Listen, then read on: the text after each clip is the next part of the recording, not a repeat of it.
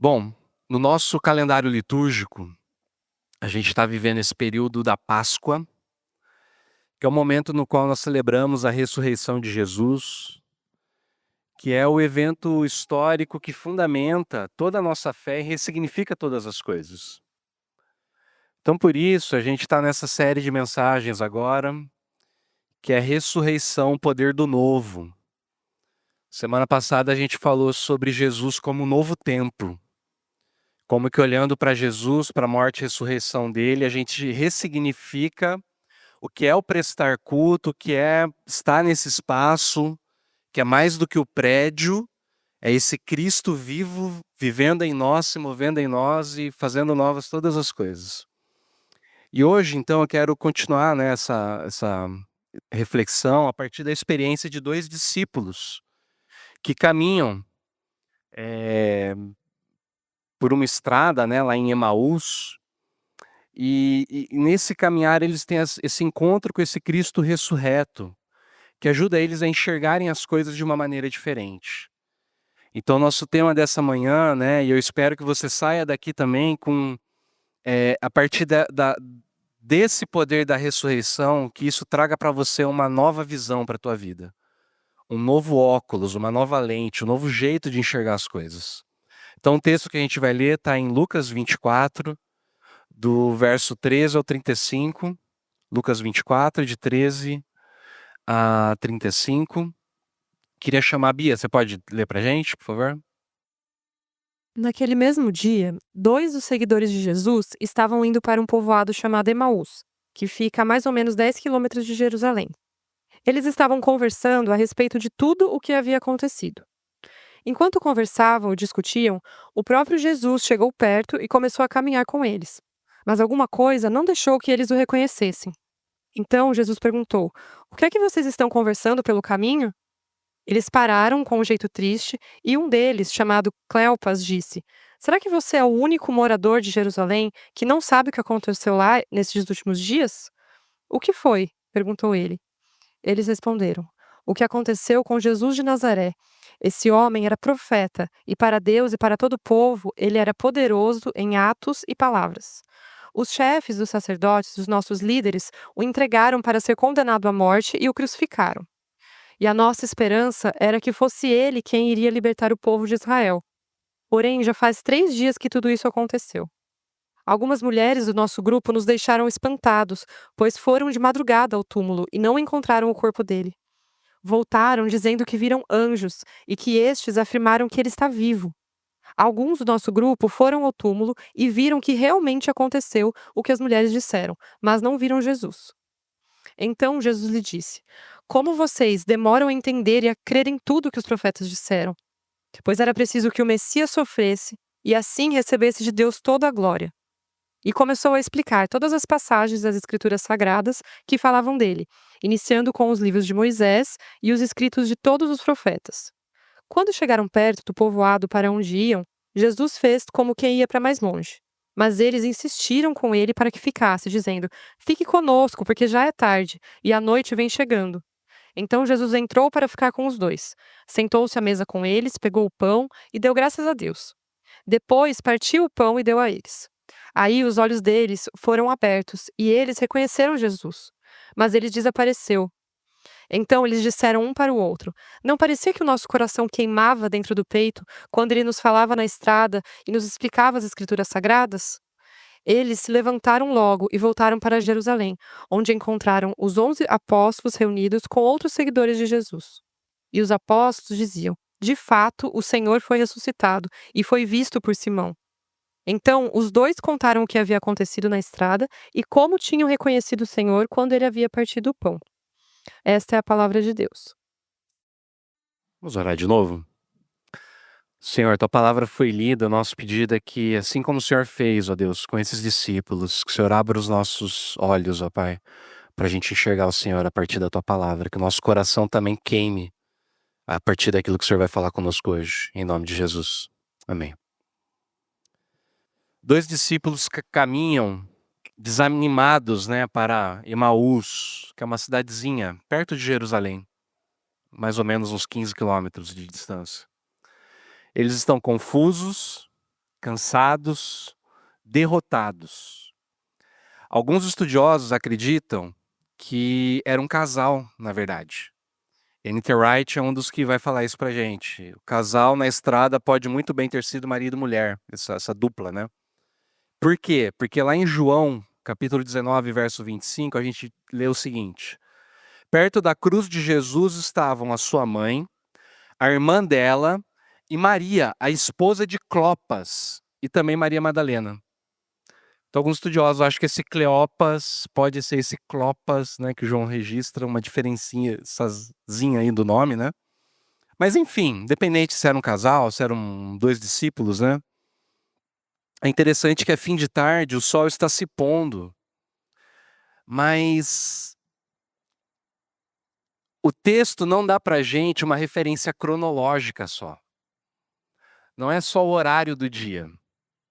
Por quê? Porque esse pôr do sol está falando, na verdade, daquilo que vai dentro do coração deles. À medida que eles caminham e o sol vai se tingindo, né, de vermelho, de laranja, isso espelha o que está dentro da alma desses discípulos. Porque essa luz que enfraquece, o dia que escurece, é um reflexo, na verdade, um espelho dessa esperança que está esmorecendo dentro deles. Eles tinham depositado tudo em Jesus. Tudo. Mas agora, né, tudo parece ter sido em vão. A cruz destruiu seus planos. A morte desconstruiu a fé deles. E assim eles caminham desiludidos.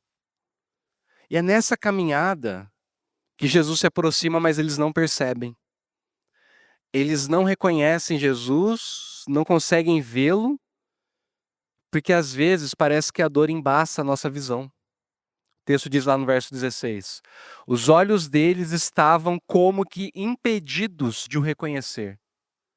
O que será que impediu, né, esses discípulos de reconhecerem Jesus? Provavelmente não era a primeira vez que eles o viam. Não era um problema físico. É um tipo de cegueira da alma, uma cegueira espiritual que eles estavam vivendo nessa hora. Por quê? Porque eles estavam presos à dor, à frustração, à decepção.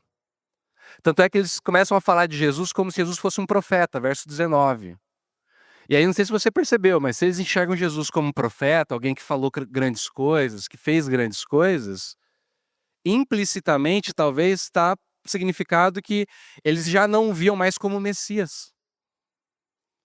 Que é o que eles falam aqui, né, no verso 21. Nós esperávamos que fosse ele quem redimiria Israel. Ou seja, Jesus deixou de ser o Messias e se tornou só um profeta, né? Porque o Messias, na verdade, ele não deveria morrer nas mãos dos inimigos, ele deveria derrotar os inimigos. Então, a cruz foi para eles o fim da história. O fim da esperança, daquilo que parecia ser promissor. E aí tem uma coisa interessante, né? Porque a história desses discípulos também é a nossa história. Porque todos nós já andamos por Emaús. Eu tenho certeza que você já esteve nesse lugar. Nós conhecemos esse pôr do sol. Não é aquele pôr do sol bonito, instagramável, né, com filtro, com legenda. Não, é aquele pôr do sol que acontece quando nós nos despedimos de um relacionamento que achávamos que era para frente. É o pôr do sol de um projeto que não foi adiante. Pôr do sol de um filho ou de uma filha que nunca veio, ou então que veio e se perdeu. Pôr do sol de um sonho que se arrastou por muito tempo, você já meio que desistiu. Aquela notícia médica, né, que paralisa a gente, que deixa a gente em crise. A própria crise financeira que às vezes se abate e a gente não sabe o que fazer. E nesse pôr do sol, nós começamos a duvidar da presença de Deus. Porque os nossos olhos também estão como que impedidos de o enxergar. Onde é que está Deus nisso tudo? A gente caminha e a gente fala, cara, e aí? É como o dia, né, hoje de manhã. Saiu e estava tudo nublado, né? E não é que o sol não estava brilhando, é que tinha nuvens tampando o sol. As decepções da vida, às vezes, elas podem nublar a nossa visão de Jesus. E é nesse nevoeiro da dor que a gente começa a redefinir quem é Jesus. A gente olha e fala assim, cara, Jesus é um grande mestre, Jesus, sei lá, uma pessoa, um homem maravilhoso, tá, alguém que ensinou muitas coisas, mas será que ele é Deus mesmo? Eu achava que era ele que ia salvar, né. E eu sei como que é estar nesse lugar, porque eu já tive nesse lugar. Pouca gente sabe, né, talvez tô vendo bastante visitante aqui, né. Eu sou casado com a Paula saiu para dar aula para as crianças, mas antes de ser casado, eu fui casado com a Paula, eu fui casado com uma outra menina. Eu era muito novo, tinha 20 e pouquinhos anos, e fiquei 1 ano só casado. Então foi aquele casamento rápido, né, e acabou porque a gente demorou para perceber que o que a gente queria da vida era completamente diferente, né. E a gente acabou se separando e foi assim, como toda separação, embora ela tenha sido até que pacífica, a gente não tinha filho, era muito novo e tal, mas causou muita dor.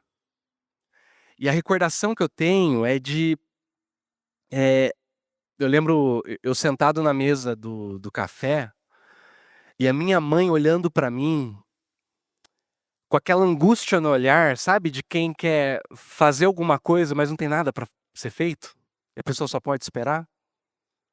E eu lembro que eu virava pra Deus, eu falava assim: "Senhor, eu fiz tudo certo, por que que deu errado?", sabe. Será que Deus me abandonou? Será que ele não quer que eu seja feliz? E eu fiquei muito angustiado nessa época. Você já esteve nesse lugar?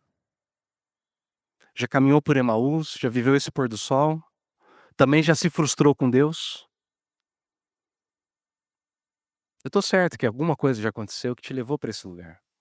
Porque às vezes nós somos como os discípulos, né, diante da frustração, diante da dor, da decepção, os nossos olhos não conseguem enxergar a ação de Deus.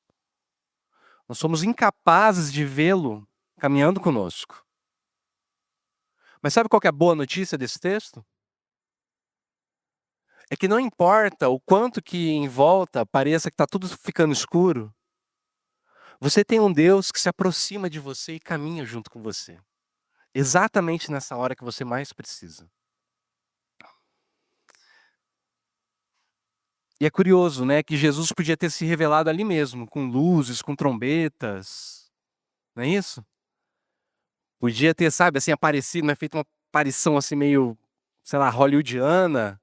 Tem até alguns evangelhos apócrifos que não entraram na Bíblia, porque o pessoal entendeu que não era o relato, de fato, ali, de testemunhas oculares. E aí eu fui pesquisar, né, o evangelho de Pedro, por exemplo, fala que os 2 anjos, eles descem dos céus, eles tiram a pedra, e aí sai da pedra os 2 anjos, Jesus e a cruz caminhando junto com Jesus. E aí do céu vem uma voz que fala assim: "Pregastes aos que dormem", e da cruz vem uma voz que fala: "Sim". Isso é muito, né, mais maravilhoso, né, uma cruz que anda, que fala, olha que coisa louca, né. Mas não é isso que a gente vê nessa passagem. Por quê? Porque Jesus é tão comum, que eles confundem ele com um viajante que estava andando. Parou pra pensar nisso? Jesus ressurreto é tão comum que você não consegue discernir ele no meio das pessoas que estão passando. E isso significa uma coisa, significa que ele não coage ninguém a crer nele. Ele não chega com esse poder, né, do Cristo ressurreto e, sabe, assim, com luzes e essa coisa poderosa, assim, meio que persuade as pessoas a acreditarem nele. Não, ele, pelo contrário, ele escolhe o caminho demorado, o caminho do diálogo, do escutar a dor, sabe, do se envolver na conversa, de ir explicando, sabe, e persuadindo, assim, com amor, né. A partir desse encontro com o Cristo ressurreto, os discípulos são curados da cegueira deles, né. Aí no verso 31, aí os olhos deles foram abertos, eles reconheceram Jesus. Mas o que que fez com que esses olhos deles fossem abertos? 2 coisas que o texto nos mostra. Primeiro é a palavra explicada. Quando eles se lembram em retrospectiva, né, depois que chegaram lá no lugar que eles iam, o verso 32 fala assim, eles falam, né, um para o outro: "Não parecia que o nosso coração queimava dentro do peito quando ele nos falava na estrada e nos explicava as escrituras sagradas?" Jesus, sem ser reconhecido, começou a recontar a história para eles, de toda a Bíblia. Ele começa lá em Moisés, né, no Pentateuco, né, o Gênesis, Êxodo e tal, e ele vai passando por todas as passagens que falam a respeito disso. Então isso significa que Jesus fez com que eles entendessem todo o Antigo Testamento, que é o que eles tinham de escritura, e mostrando como que tudo aquilo apontava para ele. Jesus é a chave hermenêutica de leitura. Esse é um termo técnico, né, dos teólogos. O que é a ideia da chave hermenêutica? Vocês assistiram aquele filme, O Jogo da Imitação, do Alan Turing? Aquele matemático britânico que fez uma máquina que possibilitou, né, que os aliados ali conseguissem quebrar o código dos nazistas, né, do Enigma. Mas para a máquina funcionar, a máquina ela era perfeita, mas assim, para ela funcionar, eles precisavam da chave certa para poder quebrar o código. Jesus é essa chave que faz a gente ouvir a mensagem e entender ela. Então ele ajuda a gente a decifrar, né, todas as escrituras. Então o que Jesus faz? Jesus ele começa, pensa comigo, ele começa, foi mais ou menos assim, eu imagino. Jesus ele pega os discípulos, eles estão caminhando e fala assim: "Vocês lembram de Adão? Então, Adão é um ser humano, né, que Deus criou, mas ele foi enganado pela serpente. O Messias é aquele que resistiu à tentação da serpente, que com isso ele obedeceu Deus até o fim, ele esmagou a cabeça da serpente. Vocês lembram de Noé? Noé é aquele que caminhou com Deus, que obedeceu a Deus. O Messias é aquele que caminhou com Deus também, mas ao invés de entrar na arca, ele ficou do lado de fora da arca para que a humanidade pudesse entrar na arca e ser salva. E ele morre no lugar da humanidade, ele dá o lugar dele, né, dentro da arca para poder salvar a humanidade.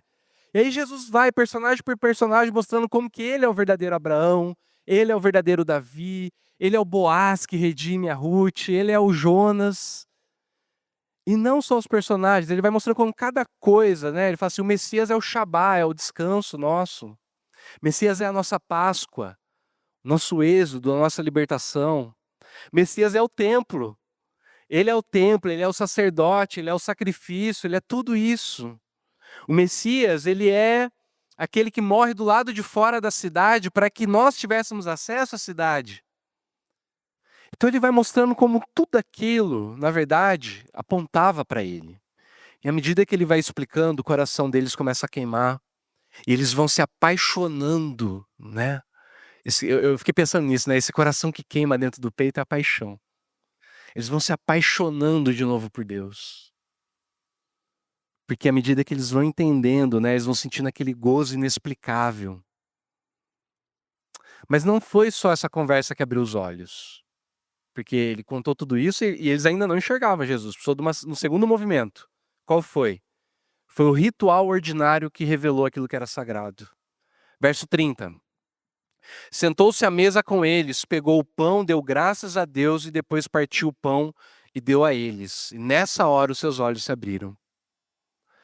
Às vezes a gente lê o texto e a gente perde aquilo que é óbvio, né?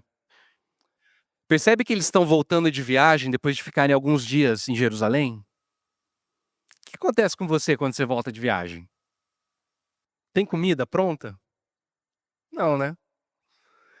Provavelmente não tinha nada na geladeira, né, na despensa. A gente não sabe se eles pegaram uma farinha que estava lá, um sal, né, misturaram com água, fizeram um pão ali na hora, ou se no meio do caminho eles compraram, sei lá, numa vendinha. Imagino que tinha alguma coisa assim, né, uma vizinha que vendia pão, pegaram uma garrafa de vinho que estava guardada, tal. O lance é o seguinte, essa refeição foi a coisa mais comum, mais banal, mais ordinária que eles poderiam oferecer. Porque é o lanche que a gente faz quando a gente chega de viagem. Aquele McDonald's que você compra, sabe? Tá chegando em casa. Foi isso, foi aquela coisa mais, sei lá, mais simples que eles podiam dar. Só que é no meio desse ato cotidiano que os olhos deles se abrem. Por quê? Parece que tem algo na forma que Jesus fazia aquilo que transforma aquilo que é comum em uma coisa sagrada. Dom Gregório Dix é um monge anglicano da Inglaterra, que ele chama a nossa atenção para o fato de quatro vezes diferentes, a gente encontra uma sequência de 4 verbos quando Jesus está na mesa e repartindo a refeição. Então isso acontece nas 2 multiplicações dos pães, certo? Na última ceia e na ceia de Emaús. A gente vê os 4 verbos que descrevem a forma que Jesus abençoou o pão e deu para os discípulos. Olha o que diz o verso 30. Ele sentou-se à mesa e aí o que ele faz? Ele pegou o pão, deu graças a Deus, depois o partiu e deu a eles. Tomar, abençoar, partir e dar. Com esses 4 gestos, aquilo que é comum fica especial. E aí o N.T. Wright, ele convida a gente a imaginar que de fato aquele era um casal. Vamos imaginar que é um casal? Tá bom? O Cleopas ou Cleopas e a Maria. Nesse caso, olha que coisa interessante. A ceia de Emaús é um eco do que acontece no Gênesis. Porque lá em Gênesis 3, versos 6 e 7, a gente lê o seguinte. Aí apanhou uma fruta e comeu, e deu ao seu marido, e ele também comeu. Nesse momento, os olhos dos dois se abriram, e eles perceberam que estavam nus. Apanhou, pegou, tomou, deu, e nesse momento os olhos deles se abriram. Na ceia de Emaús a gente lê, pegou o pão, deu graças, depois o partiu, deu a eles, aí os olhos deles foram abertos e eles reconheceram Jesus. Uma coisa bonita. Na primeira refeição, essa primeira refeição traz vergonha, separação e morte. Agora, a segunda refeição de Emaús traz alegria, comunhão e vida. Por quê? Porque essa não é uma refeição qualquer. Percebem? É um novo Gênesis. Deus está recriando o mundo, Deus está revertendo aquilo que aconteceu lá atrás. A casa se torna um santuário, se torna um novo Éden. Né? O pão se torna a revelação. E a visão deles é renovada através de uma refeição simples. Eles viram Jesus no partir do pão. Percebe? Não foi numa teofania cósmica, não foi, sei lá, numa visão de fogo, não foi no céu se abrindo. Foi na coisa mais comum que tinha, que era uma refeição básica de quem está voltando de viagem. O que isso significa para a gente? Para os nossos olhos se abrirem, a gente precisa passar pelo mesmo processo dos discípulos. Em primeiro lugar, você precisa deixar que as escrituras aqueçam o seu coração. Que elas iluminem teu coração. Lembra daquele filme O Livro de Eli? Vocês assistiram O Livro de Eli? Todo mundo viu? É um mundo devastado, né? Para quem não viu, é um mundo devastado, o sol é tóxico, a civilização colapsou, todo mundo vive num faroeste distópico, tá? No meio desse cenário a gente tem 2 homens. O primeiro é Eli, que carrega consigo o último exemplar da Bíblia. E ele guarda esse exemplar com reverência. Ele memorizou cada passagem, ele caminha com fé e ele enxerga mais do que todo mundo, embora ele seja cego. O segundo cara é o vilão, que é o Carnegie, né? E ele está desesperado para encontrar uma Bíblia. Por quê? Porque ele percebe que a Bíblia tem poder. Tem uma hora que ele fala assim: com esse livro eu posso controlar as pessoas, as palavras certas, elas fazem as pessoas seguirem você. Olha que coisa louca. Para esse cara, a Bíblia é uma arma. É um jeito de controlar as pessoas, é uma ferramenta de manipulação. E aqui está a grande verdade, né? A mesma palavra que transforma Eli, que faz ele enxergar, embora ele seja um homem cego, nas mãos desse outro cara é inútil. Porque a palavra só tem poder de nos mudar mesmo quando a gente tem um coração quebrantado. Senão ela vira uma arma. Os discípulos, né, eles são impactados pela palavra porque eles estão quebrados. Percebe? A gente achou que era ele que ia salvar Israel, eles estão completamente decepcionados. Aí vem essa palavra e ela renova eles. E é assim conosco também. Então, não é o tanto que você conhece da Bíblia, porque você pode vomitar versículo e ter o coração longe, sabe? Ter o coração frio. Usar isso para manipular. Mas se você está quebrado, se você está precisando, sabe, ser restaurado por Deus e você se coloca completamente aberto para ouvir dessa palavra e deixar ela mudar você, ela começa a aquecer teu coração e ela começa a inflamar isso, e esse negócio vai mexendo dentro do teu peito e você vai ficando completamente apaixonado. E isso molda a gente. A gente precisa do fogo, né, para moldar algumas coisas, não é? Então, primeiro a palavra precisa aquecer o nosso coração. Como é que a gente faz isso de um jeito prático? Nos cultos. Vocês estão aqui, né? Não preciso nem falar isso aqui para vocês. Talvez essa palavra é para quem não está aqui, não sei. Mas, assim, não deixa de frequentar os cultos, sabe? Por qualquer coisa. A gente aqui não é assim, a gente é uma igreja muito simples, né? A gente não tem aquela coisa assim de, você tem que estar aqui todo domingo, não é isso. Mas não troca por, sabe, por qualquer coisa. Participa, por quê? Porque nos cultos aqui, eu tenho certeza que você vai aprender a enxergar Jesus como a chave hermenêutica de leitura. Porque uma coisa eu garanto para vocês não vão ouvir um sermão pregado aqui no nosso culto, onde Jesus não é o centro, onde o evangelho não é o centro. Todas as palavras que vêm para vocês têm Jesus como centro. Então você vai aprender a olhar para a Bíblia e enxergar Jesus na Bíblia, em cada página da Bíblia. A gente tem feito isso na aba. A gente já pregou série de mensagens sobre Apocalipse, sobre Juízes, textos difíceis, sabe, assim, da gente enxergar Jesus, Jonas. Mas a gente foi mostrando, assim, tentando sempre mostrar, cara, Jesus é o jeito que a gente lê isso. Então não vai ter uma palavra que você vai ouvir aqui que Jesus não vai ser o centro. Então frequente para você aprender a enxergar Jesus. Segunda coisa, a leitura devocional. Todo final do culto, depois a gente tem um grupo de WhatsApp, né? Quem está visitando, se quiser entrar também. A gente sempre tenta deixar um exercício espiritual para você praticar durante a semana. E provavelmente vai ter alguma coisa da palavra. Para você ler, para você praticar, para você manter o teu coração aquecido durante a semana. Porque a gente sabe que 1 hora só num dia da semana não é suficiente. Você precisa praticar isso durante o dia a dia. Então você vai ser desafiado a praticar. Agora tem uma novidade, gente. A partir do próximo sábado já, né? Dia 3. É isso?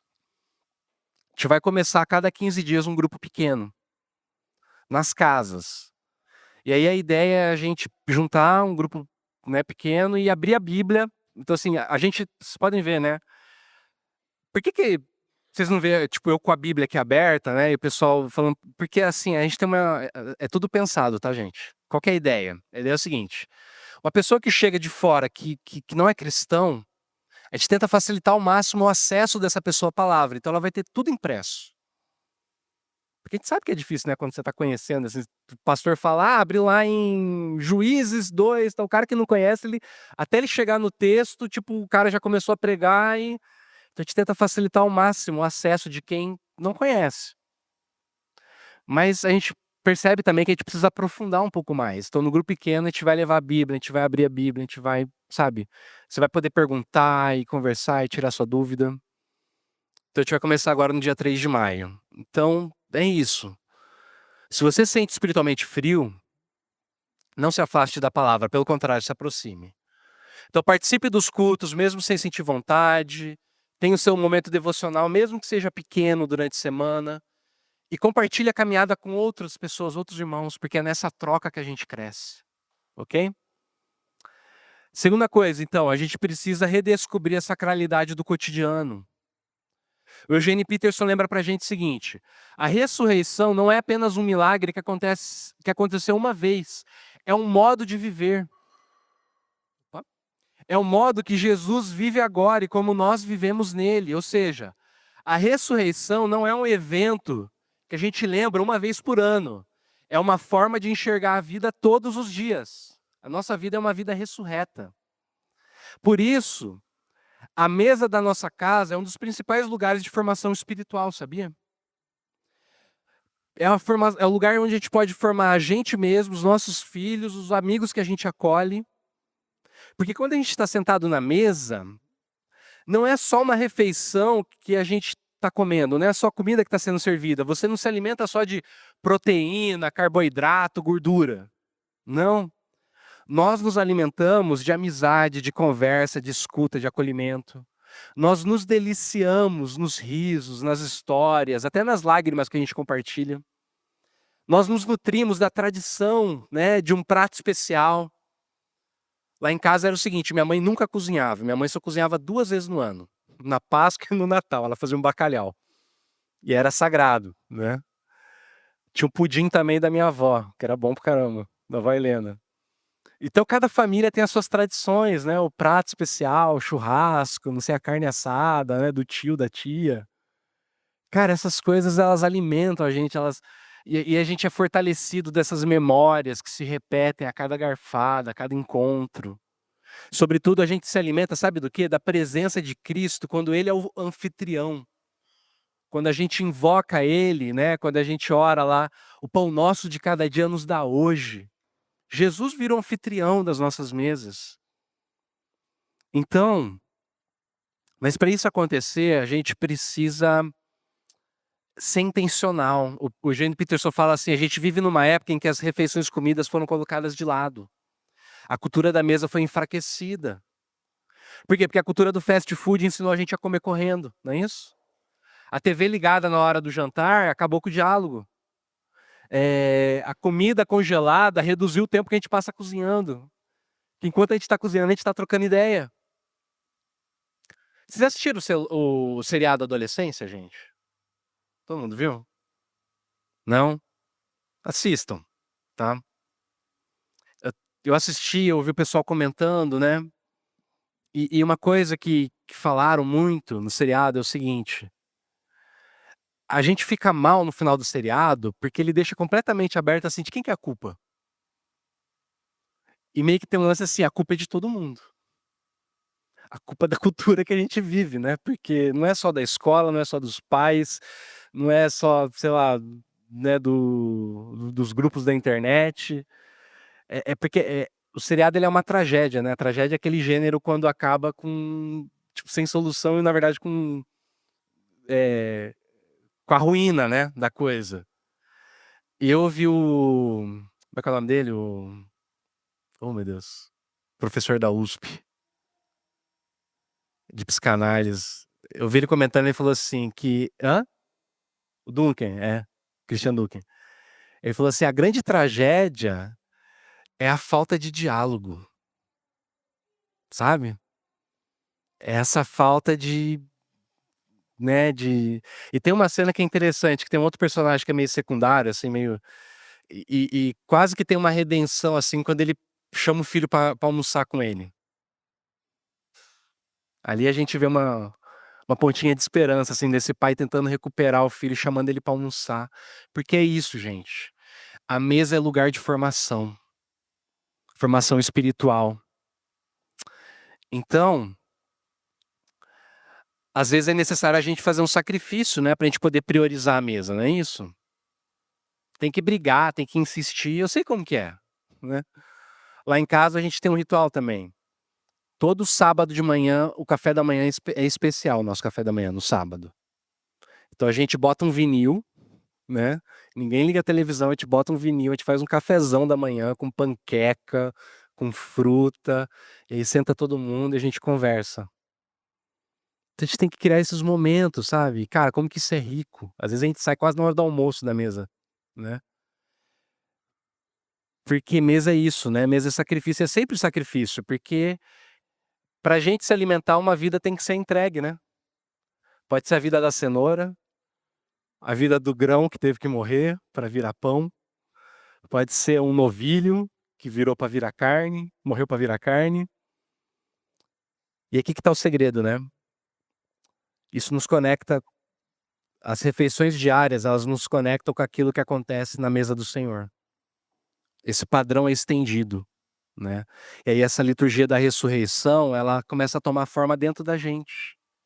Então a nossa vida também ela é tomada por Deus, ela é abençoada pela graça, ela é partida em vulnerabilidade e doada em amor. Esses são verbos de uma vida ressurreta. Nossa vida tem que ser tomada, abençoada, partida e dada para o mundo.